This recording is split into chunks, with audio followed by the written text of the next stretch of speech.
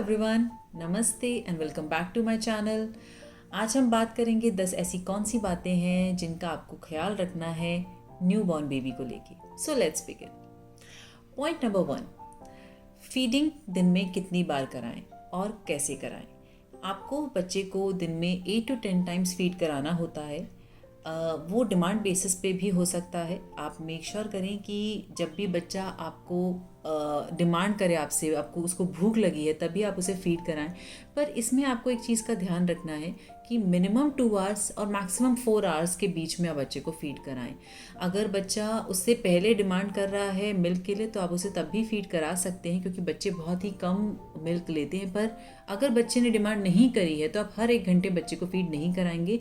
आप कम से कम 2 घंटे का वेट करिए और that can go up till maximum 4 hours. 4 hours के तक आप बच्चे को फीड करा सकते हैं। So this is point number 1। Point number 2, hygiene.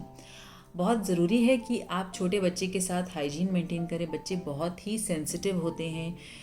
उनके लिए इन्वामेंट ये एकदम नया होता है। इस इन्वामेंट में बहुत सारे बैक्टीरियाज हैं, डर्ट है, जिससे आपको बच्चे को प्रोटेक्ट करना होता है। तो जब भी कोई बच्चे को हाथ में उठाए तो आप इंश्योर करें कि आपके हैंड क्लीन हो, सैनिटाइज्ड हो। जिस एरिया बच्चे को आप सुला रहे हैं वो जगह एकदम क्लीन हो, सैनिटाइज्ड हो। जो भी चीज़ें आप यूज़ कर रहे हो वो सब चीज़ें एकदम क्लीन हो। तो हाइजीन मेंटेन करना बहुत ज़रूरी है और उसके लिए आप इंश्योर करें कि जो भी प्रिकॉशंस आपको लेने हैं वो आप लें। This is point number 2। Now coming to the point number 3, rashes के लिए क्या किया जाए। छोटे बच्चों को रैशेज़ बहुत जल्दी होते हैं, उनकी स्किन बहुत सेंसिटिव होती है।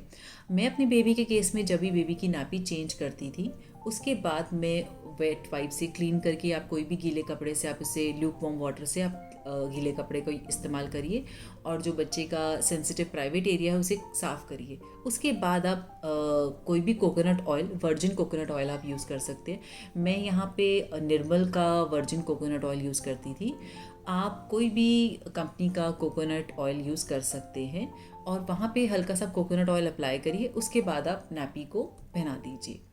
अगर बच्चे को ज़्यादा रैशेज़ हो रहे हैं तो उस केस में आप डेसिटिन क्रीम आती है, ये मैं अपने बेबी के लिए अप्लाई करती थी। बहुत ही छोटी क्वांटिटी में, थोड़ी सी क्वांटिटी में आपको वो क्रीम को लगाना है और उससे आप दिन में 1 से 2 बार यूज़ कर सकते हैं।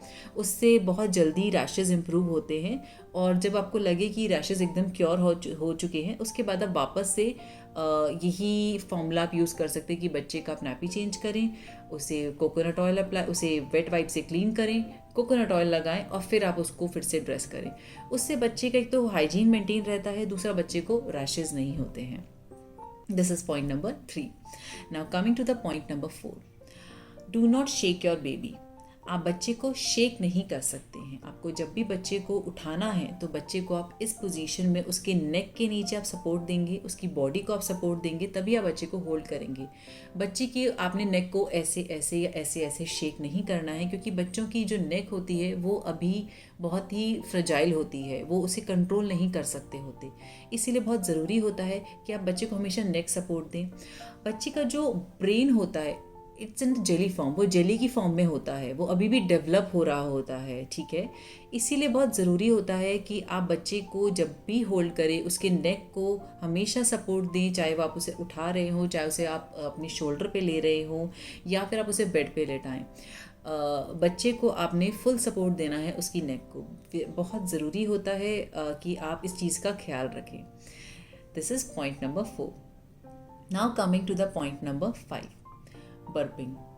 बच्चे को बर्प या डकार दिलाना बहुत ज़रूरी होता है, क्योंकि बच्चे जब भी फीड लेते हैं उसके साथ साथ वो एयर को भी स्वलो कर लेते हैं और एयर जाने की वजह से उनके पेट में दर्द होने का चांस होता है, गैस बनने का चांस होता है। तो जब भी आप बच्चे को फीड कराएं, हर फीड के बाद ये आप इसी तरीके से हमेशा फॉलो करिए, feeding and burping, feeding and burping. आपने फीड कराया, आपने बच्चे को अपने शोल्डर पे, सबसे इजी तरीका होता है, बच्चा भी बहुत कंफर्टेबल फील करता है।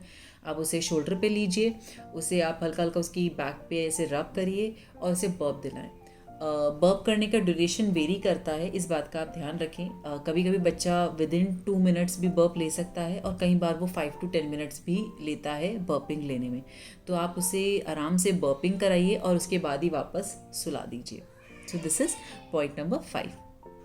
Now coming to the point number 6, बच्चे को अम्बिकल कॉर्ड जब तक डिटैच नहीं होती तब तक आप बच्चे को डायरेक्ट बेदिंग नहीं कराएंगे, आप उसे हल्का स्पंज दे सकते हैं। हर बच्चे का अम्बिकल कॉर्ड डिटैच होने का टाइम वेरी करता है। इन माय केस मेरी बेबी का within a week umbilical cord detach हो गया था और हम उसे तब तक स्पंज बाथ ही देते थे। और अगर आपके बेबी का अम्बिकल कॉर्ड अभी डिटैच नहीं हुआ है तो आप उसे स्पंज बाथ ही दें।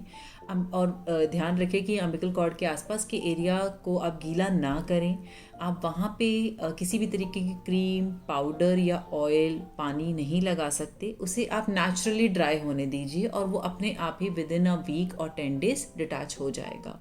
अगर आपको वहाँ पे किसी भी तरीके की क्लॉटिंग दिखती है तो आप तब अपने डॉक्टर से डिस्कस कीजिए कि किस तरीके का हम पाउडर, कई बार बीटाडिन पाउडर डॉक्टर्स रिकमेंड करते हैं, but take recommendation from the doctor what is right और उसके बाद ही आप वो अप्लाई करें। बट जब तक अम्बिकल कॉर्ड डिटैच नहीं होता तब तक अपने बेबी को डायरेक्ट बेदिंग नहीं देनी है, सिर्फ स्पंज देना है। So this is point number 6।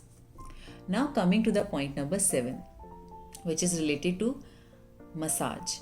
मालिश सबके लिए ही बहुत ज़रूरी होती है, बट छोटे बच्चों की ओवरऑल डेवलपमेंट के लिए बहुत ही ज़्यादा ज़रूरी होती है। बच्चे क्योंकि हमेशा लेइंग पोजीशन में होते हैं, तो जब आप उनको अच्छी मसाज देते हैं, मसाज का आपको ध्यान रखने की बहुत ही माइल्ड मसाज आप उनको दें। बहुत टाइट मसाज नहीं देनी है, उनके हाथ पैर आपको नहीं खींचने हैं। बहुत ही आराम से और बहुत ही माइल्ड मसाज अपने बच्चों को देनी है। बेबी को आप जब भी मसाज दें तो उस टाइम पे बहुत माइल्ड तरीके से उसे मसाज दें। उसे कुछ हैंड्स की क्रॉस और लेग्स की भी आप क्रॉस एक्सरसाइज करा सकते हैं। थोड़ा सा आप टबी टाइम भी दे सकते हैं इनिशियल फेज़ में। उससे बच्चे की जो भी गैस होती है वो भी उसको रिलीफ आता है। कॉलिक में उसको बहुत आराम मिलता है। तो बच्चे को आप डेली मसाज दें। बच्चे का उससे ब्लड सर्कुलेशन अच्छा होता है। आप उसके अलावा आप देखेंगे कि बच्चे का ओवरऑल जो स्ट्रेंथ है बोन्स की वो भी इम्प्रूव होती है। यहाँ पे आप कोई भी ऑयल यूज़ कर सकते हैं जो बच्चे को सूट करता है। यूजुअली आप बेबी ऑयल्स आते हैं जो आप यूज़ कर सकते हैं। अगर आप बेबी ऑयल्स नहीं यूज़ करना चाहते तो आप कोकोनट ऑयल यूज़ कर सकते हैं। मैं अपने बेबी के लिए समर्स में मैंने कोकोनट ऑयल यूज़ किया था और समर्स ऑयल बेबी को सूट कर रहा है। तो एक आप पैच टेस्ट उनके लेग के आसपास कहीं पे आप करके देख सकते हैं थोड़ा सा, और उसके बाद आप उस ऑयल को आप यूज़ करें। तो इंश्योर करें कि आप बेबी की डेली माइल्ड मसाज करें। So this is point number 7। Now coming to the point number 8 which is no to talcum powder. आप टेल्कम पाउडर्स बहुत ट्रेडिशनल वे में हमेशा से यूज़ होता आ रहा है कि बच्चे को नहलाने के बाद बहुत सारा टेल्कम पाउडर बच्चे की बॉडी पे डाल दिया जाता है। बट टेल्कम पाउडर बहुत ही हार्मफुल होता है छोटे बेबीज़ के लिए, बिकॉज़ वो उनके रेस्पिरेटरी सिस्टम में जाता है। टेल्कम पाउडर आप बच्चे को लगा रहे हैं, वो बच्चा उस टेल्कम पाउडर को इन्हेल करता है, उसे लॉन्गर रन में सांस की प्रॉब्लम होने के चांसेस होते हैं। उसके अलावा टैल्कम पाउडर से जो पोर्स होते हैं बच्चे के वो भी क्लॉग होते हैं, पोर्स बंद हो जाते हैं। जो नेचुरल ऑयल बॉडी से सिक्रीट होना चाहिए वो नेचुरल ऑयल सिक्रीट नहीं हो पाता। ग्लैंड्स में जब टैल्कम पाउडर फंस जाता है तो उसके वजह से और भी बहुत तरीके की प्रॉब्लम्स जनरेट होती हैं लॉन्गर रन में। तो आपको टैल्कम पाउडर को अवॉइड करना है। उसकी जगह आप क्या कर सकते हैं, आप बच्चे को नहलाने के बाद मॉइस्चराइज़र लगाइए। आप हमेशा जब भी नहलाएं उसके बाद स्किन ड्राई हो जाती है, तो जैसे हम अपने लिए नहाने के बाद मॉइस्चराइज़र को यूज़ करते हैं उसी तरीके से आप बच्चे की बॉडी पे भी आप बच्चे को बाथ दीजिए। बाथ देने के बाद आप उसे हल्का सा जो भी मॉइस्चराइज़र, माइल्ड मॉइस्चराइज़र जो बच्चे को सूट करता है वो मॉइस्चराइज़र से आप उसकी पूरी बॉडी को मॉइस्चराइज़ करिए और उसके बाद आप बच्चे को कपड़े पहनाइए। तो इस पैटर्न में आप बच्चे का नरिशमेंट कर सकते हैं। बट आपको किसी भी केस में बच्चे को टेल्कम पाउडर नहीं लगाना है। तो this is point number 8। Now coming to the point number 9, बच्चे को किस टेम्परेचर पे बाथ देना चाहिए। आप बच्चे को ल्यूक वार्म वाटर से ही नहलाइए। ना तो आप बच्चे को बहुत ठंडे पानी से नहलाएंगे और ना ही बहुत गर्म पानी से नहलाएंगे। Lukewarm temperature around 36 to 39 degree के बीच में जो टेम्परेचर है that is lukewarm temperature. उसे आप अपने खुद पे पहले टेस्ट करके देखें कि वो लूक वार्म है, उसके बाद या बच्चे को उस पानी में नहलाइए। लूक वार्म वाटर से बच्चा एक तो फ्रेश भी फील करेगा और बच्चा बहुत कंफर्टेबल भी फील करेगा। सो इंश्योर दैट आप बच्चे को जब भी नहलाएं तो हल्के गुनगुने पानी से ही नहलाएं. So this is point number 9. Now coming to the point number 10.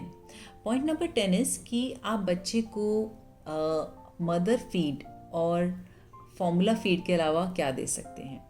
तो आप बच्चे को मदर फीड और फॉर्मूला फीड के अलावा आप और कोई भी चीज़ ऐड नहीं कर सकते हैं. आप बच्चे को हनी नहीं दे सकते, आप ना ही बच्चे को पानी या फिर काउ मिल्क दे सकते. हनी में एक बैक्टीरिया होता है, बॉशुलियम नाम का एक बैक्टीरिया होता है जो सिर्फ एडल्ट्स ही डाइजेस्ट कर सकते हैं. अंडर 1 ईयर ऑफ बेबीज़ के लिए अगर आप डॉक्टर से भी बात करेंगे वो स्ट्रिक्टली हनी को मना करते हैं, बिकॉज हनी बच्चे डाइजेस्ट नहीं कर सकते. वो बैक्टीरिया बच्चों के लिए बहुत ही हार्मफुल होता है. उनका डाइजेस्टिव सिस्टम अभी इतना स्ट्रॉन्ग नहीं होता कि वो हनी को डाइजेस्ट कर पाए, और उससे बहुत तरीके के डाइजेस्टिव इश्यूज़ होने के चांसेस होते हैं. जैसे फूड पॉइजनिंग हो सकता है, बच्चे को लूज़ मोशन लग सकते हैं, और इवन उससे भी ज़्यादा कॉम्प्लिकेटेड सिचुएशन भी आने के चांसेस होते हैं. तो आपको किसी भी केस में बच्चे को हनी नहीं देना है. अंडर 6 मंथ्स के बच्चों को आपने सिर्फ मदर फीड या फिर फॉर्मूला फीड ही देना है.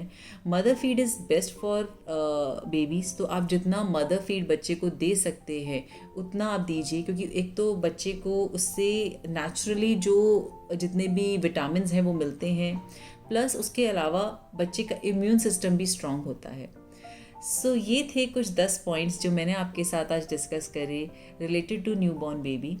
आप अपना और अपने बच्चे का ध्यान रखिए. अगर आपको ये वीडियो पसंद आया तो इसे लाइक करिए, कमेंट करिए और शेयर करिए, और subscribe my channel. Thank you. नमस्ते.